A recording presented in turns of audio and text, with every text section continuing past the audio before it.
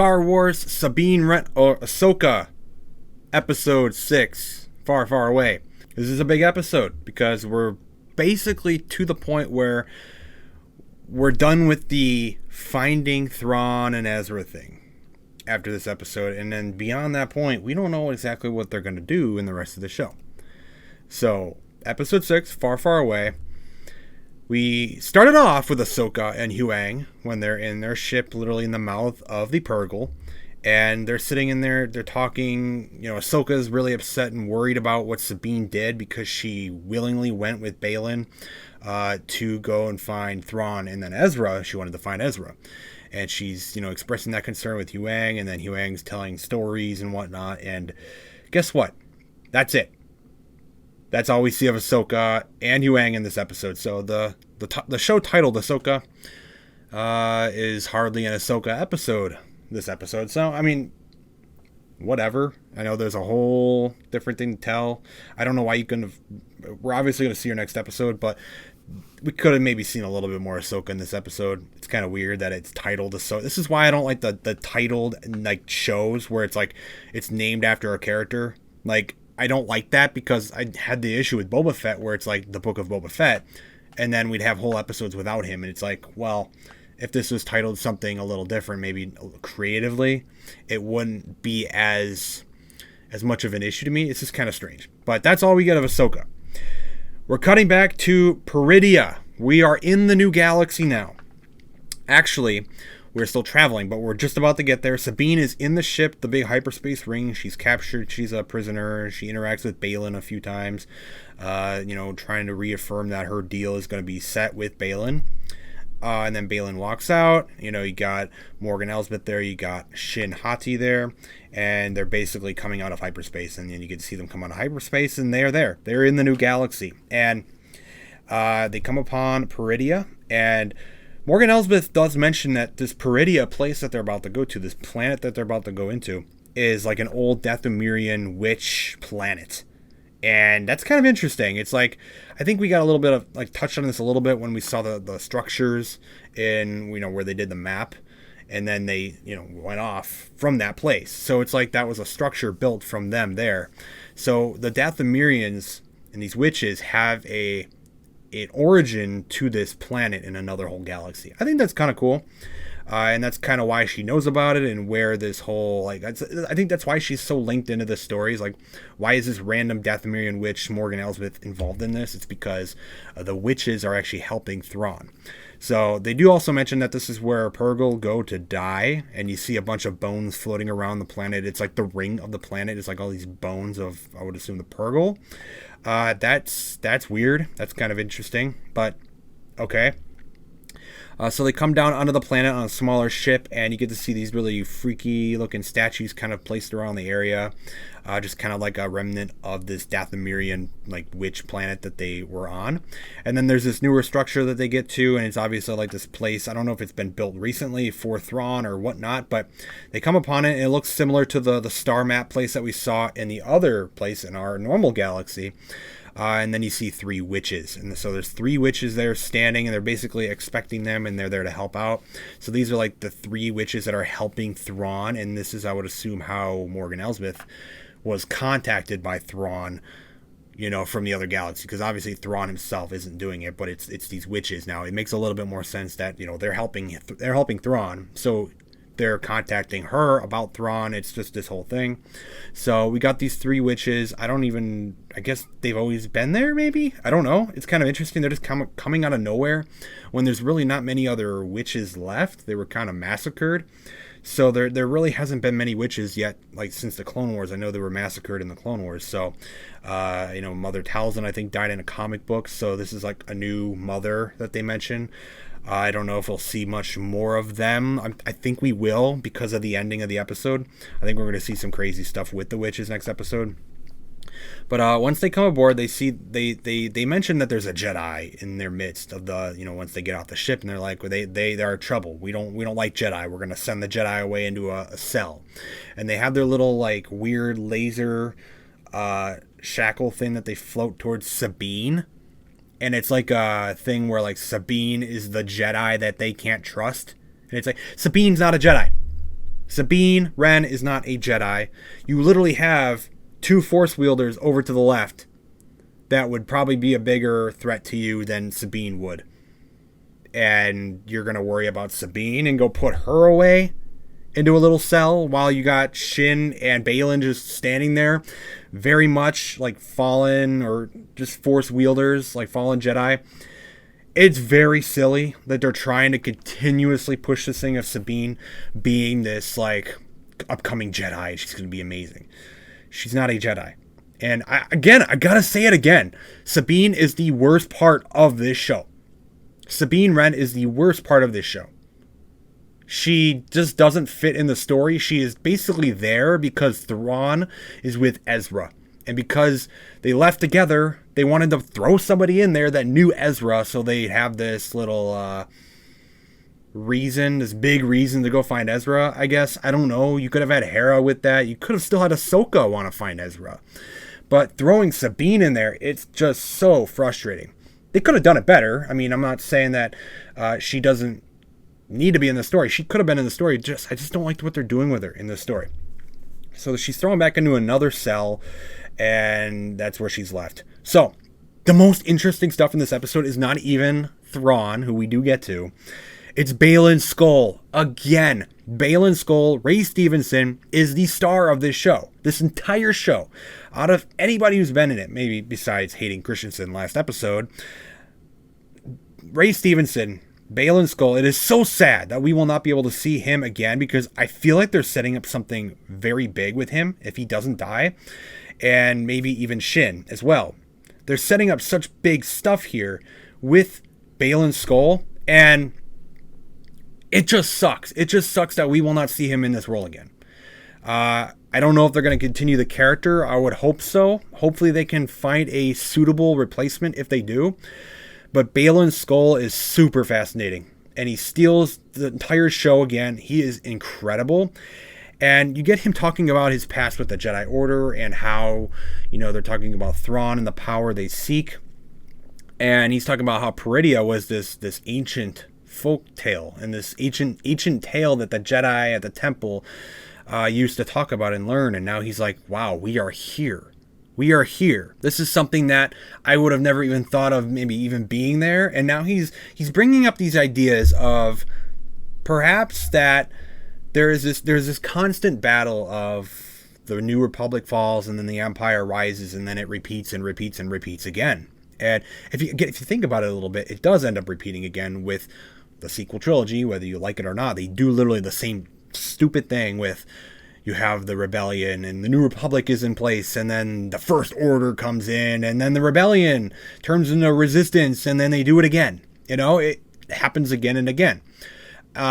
And he mentions that it's like this is a constant cycle and it's on repeat and it's getting tiresome. It's getting very, very tiresome. The Jedi and their ways and this constant repetitive history within the galaxy. And he mentions that and he's like, I want to start something new. There's something here for us on this planet and this new galaxy that we're in, Peridea. And I think Peridea is something they can do something so interesting with. And I just hope they do it because, God, I'm just looking for them to do something so massive outside of the sequel trilogy because we know all that's coming. But what if they were in another galaxy somewhere? If you're in another whole galaxy somewhere, the entire events of the sequels and what happens later in the sequels in the normal galaxy is irrelevant. It doesn't matter. You can hardly ever get to this galaxy alone to begin with. So if you're in another entire galaxy, there is another whole story to unfold. I'm just saying, they can really do a lot there. So, Baylan Skoll, the top star of this episode and the season, I would say. We get this scene of Sabine, and I don't know if she really did use the Force here because there's a ship that comes in and rumbles the ground a little bit. So I don't know if it's Sabine, but she tries to use the Force on the door and to get out, and it does rumble and shake a little bit.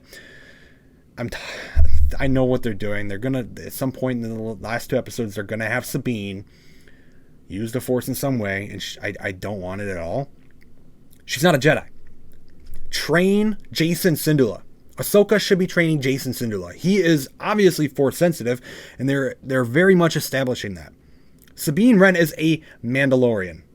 And even once they do this Force thing with her, and I know they're going to do it, it's not going to change my mind on that. Like, I do not see her as a Jedi. I don't think I ever will. Like, it's just silly to me. And I don't like that they're doing it. That is probably one of my biggest problems with this entire season of this show, is what they're doing with Sabine. Maybe with a little bit with Ahsoka and Sabine, but just Sabine in general. Like, I really like the character in Rebels, and I don't like the character in this show at all. I do not like Sabine Wren in this show. But as everything rumbled, it actually is revealed to be Grand Admiral Thrawn himself on his Imperial Star Destroyer, the Chimera, I believe. And you can immediately see that it is like either, I think they're kind of like repaired a little bit. It's repaired a little bit. It's changed. It's damaged. And that's because of the Purrgil. And they ended up blasting off with the Purrgil into hyperspace to Peridia with Ezra. So that's why it looks a little weird. It looks a little repaired and just kind of scarred in a way. I think it's kind of a cool look for it. But immediately it kind of lowers, and it lowers to Morgan Elsbeth. It lowers to Baylan and Shin and the Night Sisters. And here we are. We got an entire army of stormtroopers. Very interesting looking stormtroopers. They just got their own design, like cracked armor and stuff. And it's like, this is what Thrawn has. This is Thrawn's army. So I'm thinking maybe this is like the stormtroopers that were on all the ships and stuff that got blasted off at the end of Rebels. I know he probably had a lot of stormtroopers on the ship itself, his main ship. So I'm assuming this is just what's left. I don't know. But there he is. Here is the man himself, Grand Admiral Thrawn. And I had time to prepare to see Thrawn with Lars Mikkelsen, and I still just wasn't prepared for how much I was taken out of it. I knew what he looked like in the trailer, and he looks exactly the same like he did in the trailer. You know, there's a lot of memes about him looking like Elon Musk. Lars Mikkelsen, I think he gives a great performance in this episode. I think the voice is obviously spot on. It's his voice. He is Thrawn from Rebels. That is the same exact voice. I love that part. But he just doesn't give the presence of Thrawn at all. And maybe that'll change. But he doesn't look like Thrawn. Like they could have... I see they tried a little bit with like some makeup on his forehead, just a little bit, to make the facial structure a little bit, but they didn't do much of it at all. And he just doesn't look like Thrawn, even what we saw in Rebels. I think I'm really changing my perspective on it now, because for the longest time I was a big advocate of having Lars Mikkelsen come back as Thrawn from Rebels. I think that'd be cool. Have the voice and have the guy. There's lots of different, photoshops of him as Thrawn over the years, and it kind of looked fine to me. But now that I just see what they're doing, it's like everything about Lars Mikkelsen's Thrawn is good, except for literally what he looks like. And I don't know if I'll be able to get over it. He just looks so not like what I would imagine Thrawn to be. Like, he's Lars Mikkelsen. I don't know. That's just the way it is. So, we are with Thrawn. There he is. If you can tell, he's gained a little weight as well in some shots as well. Thrawn just isn't the intimidating presence that I had in Rebels, or what I would imagine Thrawn to be. Any depiction or image of Thrawn I would, see online or from Rebels, it's just not what I imagined. But you can see his fleet here, and he's got his like commander here on the right. And it's like a really weird helmet, because it's not a face, it's like a face within the helmet. So the helmet itself is like a stormtrooper helmet melded with this golden face. It's weird. And you can see the troopers behind him as well. They're like wrapped in red. They're all like weathered and damaged stormtroopers with cracks and red and whatever. And I don't know exactly what's up with that. They kind of look cool, I guess. But that is what his stormtrooper army looks like. So Morgan Elsbeth does mention to Thrawn that, yeah, we do have a prisoner with us. We have Sabine Wren. And Thrawn's like, that is a name I am very, very familiar with. So they bring Sabine in. They talk a little bit. And, I mean, once again, man, you see Thrawn, it's like, it just doesn't feel... I just don't feel the intimidation with Thrawn. The voice is great. Lars Mikkelsen's voice is incredible as Thrawn. I still love the voice. He's blue. He's certainly blue. But I just don't feel it yet, at least. Like, you look at Ray Stevenson with Balin's skull, and he has a presence. He has an intimidation with him, and it's just an incredible presence and performance with him. But I think this time around with getting the voice for the actor, it just wasn't the best choice. You could have gotten a different actor. Maybe you could have tried the voice-over thing with Lars Mikkelsen, but you should have just gotten someone else. And I am definitely changing my tune on that. I don't like...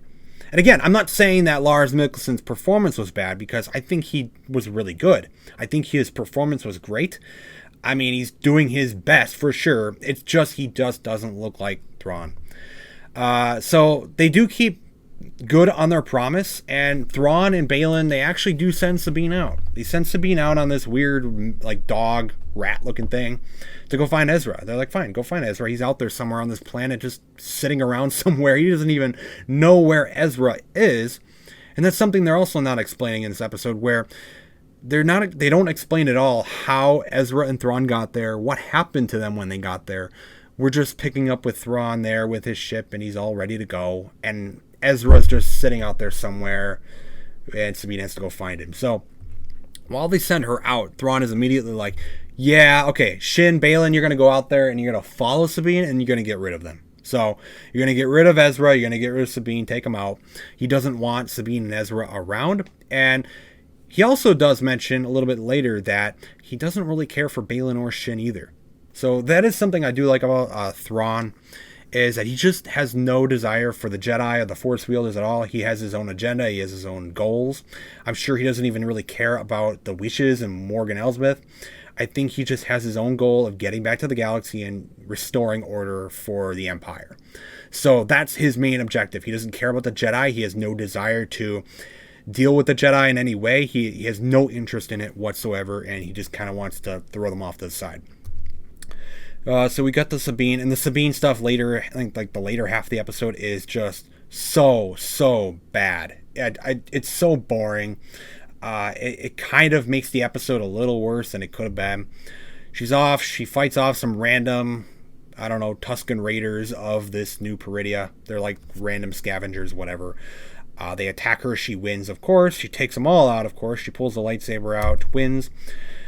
We do cut back to Thrawn and Morgan Elsbeth, and this is where he tells Morgan Elsbeth that we don't need Ezra or Sabine, and we also don't need your little apprentice and Balin. We don't need them as well. We don't need Balin and Shin either. We don't need them. So he's like, my objective is much bigger and different than theirs. So the objective between Thrawn and Balin's skull, their ideologies are very different, and I think there's going to be a clash later on in this season, these next two episodes between those two. Maybe Balin will die in some way. I don't know. But, yeah, there's definitely not an agreement there between Thrawn and Balin. Thrawn has no interest in the Jedi and all of that stuff. He has no interest. He just has no desire to meddle with it. The Sabine stuff again, she's arguing with the stupid dog thing, and then she runs across a hermit crab creature who talks in some alien language.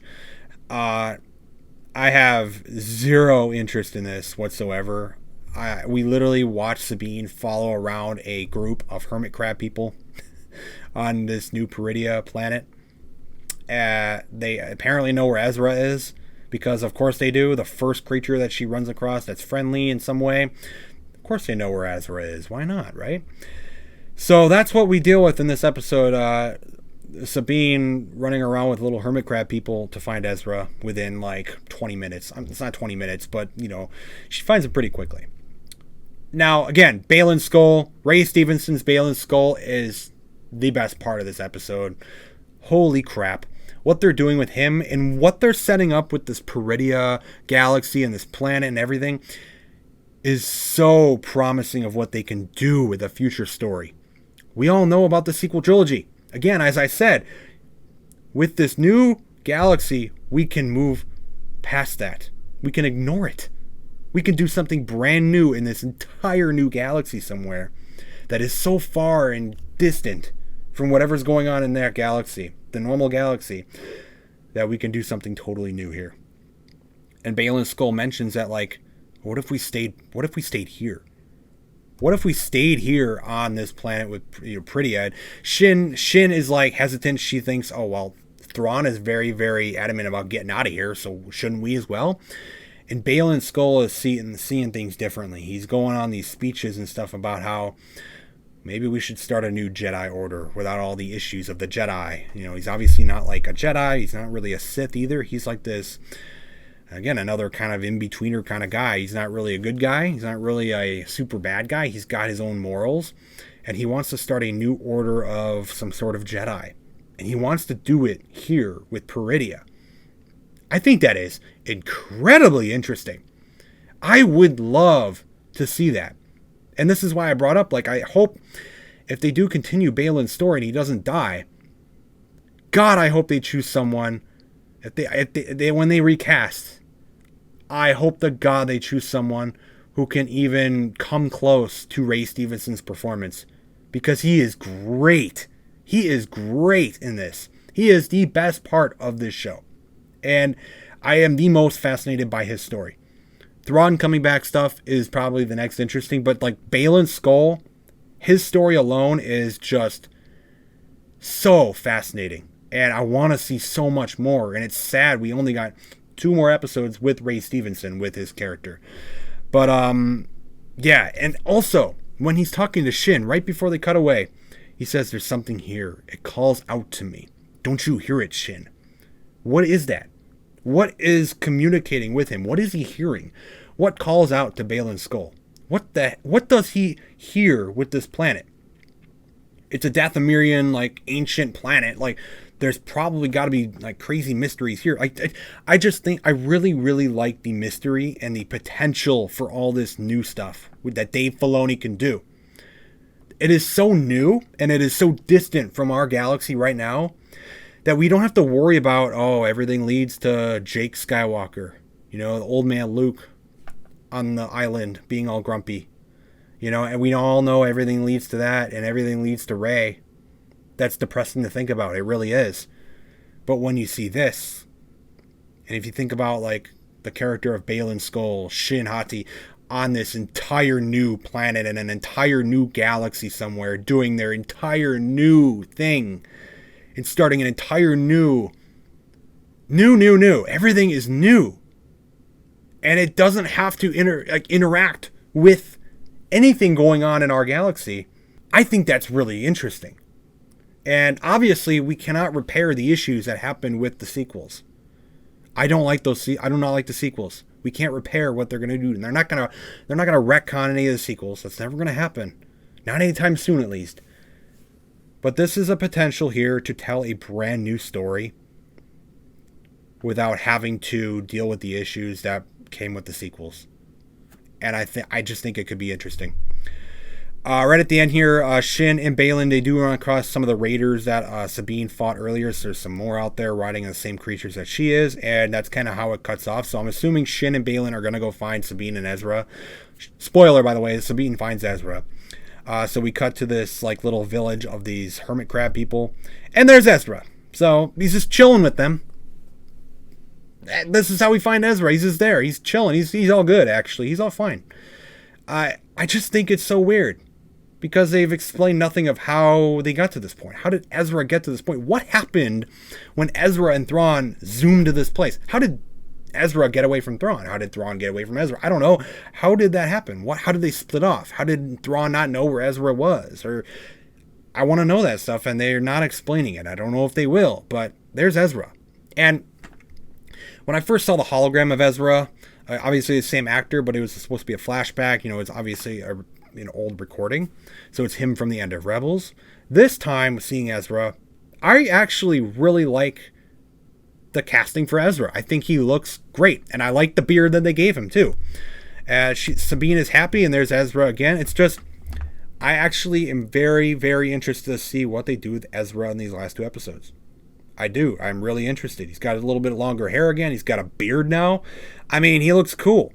His eyes are a little too blue, though. They have this weird thing with Hera as well. Their eyes are just a little bit too intense with these contacts they're giving him. But his eyes are really freakishly blue.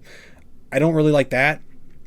But I mean, it's definitely accurate. But it's just a little too blue to me. It really is. But Ezra actually looks pretty cool, looks pretty chill, and I'm interested to see what they do with him. But they're reunited, yay! That everything is great except for Ezra when he asks, "How did you even get here? How did you get here, Sabine? What's the story there?" And Sabine's like, "I don't want to talk about that. Please, let's not talk about that."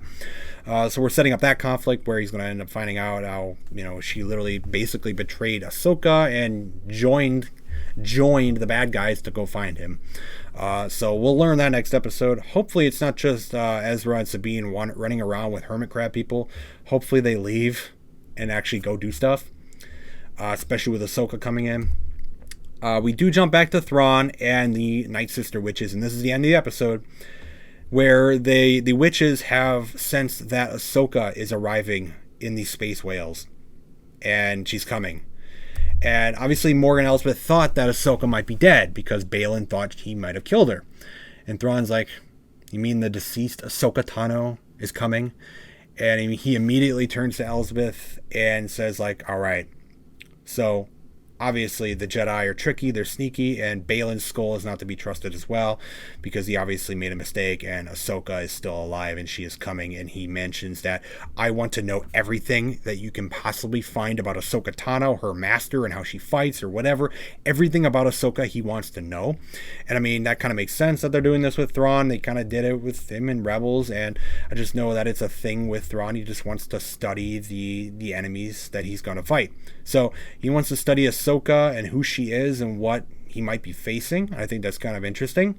He's going to end up finding out. I guess he doesn't know who her master is.